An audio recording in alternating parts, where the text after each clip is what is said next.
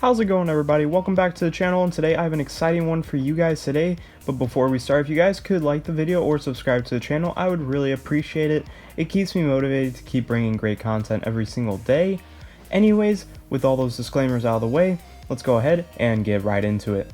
The Los Angeles Rams hit the pinnacle of the NFL success when they reached the Super Bowl following the 2018 season under the direction of the second-year coach Sean McVay and third-year quarterback Jared Goff. Los Angeles was in the spotlight and soaking up all of the glory, only to fall to the New England Patriots 13-3. But that was okay at the time. After all, McVay was the new young coaching model teams across the league wanted to copy and paste into their own system. And Goff just set a record for the most guaranteed money, which at the time was $110 million, with his 4-year deal of $134 million contract extension. The Rams were poised for continued success. Instead, they received an abrupt wake-up call. After two 10-plus win seasons, they fell to 9-7 and missed the playoffs for the first year under McVay. Los Angeles isn't the team from 16 months ago, and the Rams in the tough NFC West. For the 2020 season to be successful, they need to get back to the playoffs. A playoff berth will do a couple of things for Los Angeles. Number one, it'll give the team and McVay their credibility back. You can't be the next hot thing in coaching and then abruptly go up in flames. And number two, energize the fan base once again. There's plenty to be excited about with both LA's teams slated for the upcoming season. No doubt with a new stadium and a new look featuring a younger and more cost-effective players. The Rams looked as if they would return to the playoffs in 2019. They started out well and went 3-0, even beating the New Orleans Saints in Los Angeles in week 2, but a sudden 3-game losing streak rocked the Rams. And more decisive losses, including back-to-back defeats in weeks 15 and 16 that eliminated them from the playoffs, became the story of their season. Los Angeles was not without its share of positive takeaways, and one of the biggest components of that is the wide receiver Cooper Kupp. We didn't get to see the full breadth of Kupp in the Rams' Super Bowl 53 run after he tore his ACL in Week 10, but last season offered a glimpse of what he's able to accomplish when healthy.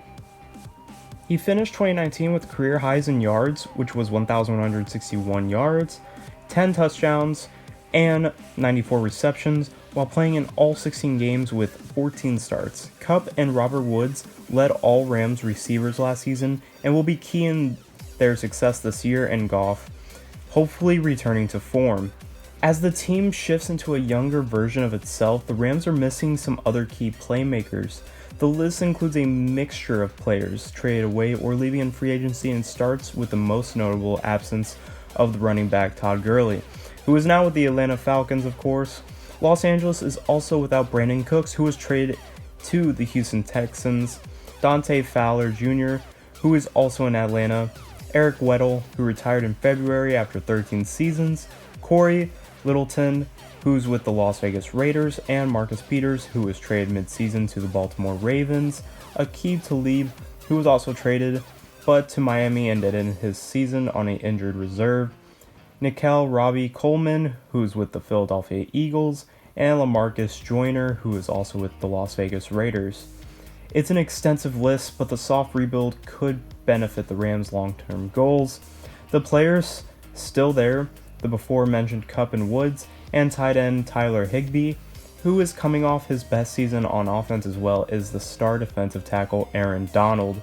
The new additions in defensive tackles Terrell Lewis, who's an edge rusher, and Terrell Burgess, who's a safety, and the handful of other moves Los Angeles has made, including bringing Kevin O'Connell on as offensive coordinator and Brandon Staley as the defensive coordinator to replace or try to replace the great Wade Phillips, are creating almost the perfect marriage of young and often unproven chip-on-their-shoulder talent for McVay to mold, hopefully. The Rams also re-signed Andrew Whitworth, who, similar to Goff, isn't the same player he once was, but the front office believed in Whitworth enough to pay him up to $30 million over the next 3 years. However, the Rams do have an out if they want to take it after the 2020 season, which is a good thing. Los Angeles has enough of a veteran presence to stir the team in the right direction. The Rams just need the trajectory to be upward, but Los Angeles still has a lot to figure out. So many questions for the team, no doubt.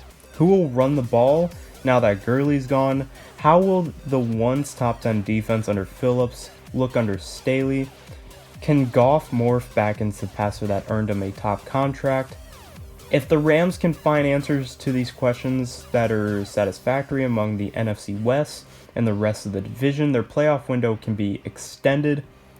But personally, to me, I believe when the Rams paid everyone, it was the worst decision for the team, and I had predicted the year after the Super Bowl last season that they wouldn't be the same. Hopefully, I'm wrong, and they can try to come back and rebuild very quickly and get out of what they had last year. But if you guys have any opinions of your own, go ahead and leave them in the comments below. I would really appreciate it, and I would like to see your guys' opinions. But with all that said, I hope you guys enjoyed, and I hope you all have a nice day. Peace.